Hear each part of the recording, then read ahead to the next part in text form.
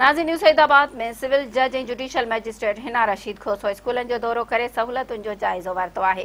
Civil जज ऐं judicial magistrate न्यूसैदाबाद हिना रशीद खोसो न्यूसैदाबाद तालके जे government girls ऐं बॉयज़ प्राइमरी स्कूलनि जो दौरो कयो। कोट मुश्ताकाबाद, बागोरिद, मीर मोहम्मद देथो, बदर लाखो, एलियास गंभीर, अली मुराद राहू, नज़ीर अहमद राहू पुराणी सईदाबाद, होतसियाल, पंजमोरो ऐं गवर्नमेंट गर्ल्स ऐं बॉयज़ प्राइमरी स्कूलनि जो दौरो करे जाइज़ो वरितो। ॻोठाणनि जज साम्हूं स्कूलनि जी बर्बादी जूं शिकायतूं कयूं।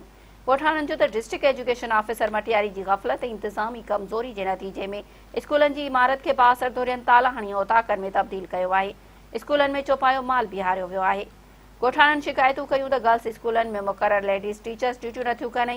लेडीज़ टीचर्स कुझु हज़ारनि जे एवज़ पघारुनि ते ॿेराड़ियुनि जूं कुझु दर्जा पढ़ियल नियाणियुनि खे पंहिंजे तरफ़ां पढ़ाइण जो कमु पियूं वठनि। सिविल जज ॻोठाणनि जी शिकायत ते अहिड़ियूं रिपोर्टूं आला अदालतुनि में तालीम खाते जे अख़्तियारनि खे मोकिले छॾियूं।